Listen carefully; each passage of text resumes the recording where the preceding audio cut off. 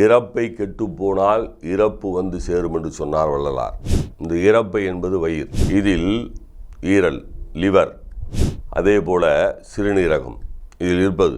இந்த ஈரல் இருக்கிறது, இது கெட்டு போகாமல் இருக்க வேண்டும். சிறுநீரகமும் கெட்டு போகாமல் இருக்க வேண்டும்.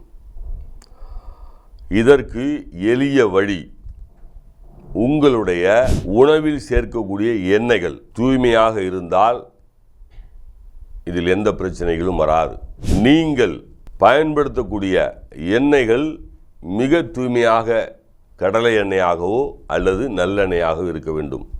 உப்பு அதிகரிப்பதன் மூலமாக, அதிகமான உப்பை சாப்பிட்டு விட்டு தண்ணீர் குடிக்காமல் இருப்பதன் மூலமாக அந்த சிறுநீரகம் பழுதடையும் பொழுது கிரியாட்டினைன் 1.2 இருக்க வேண்டும் என்று சொல்வார்கள்.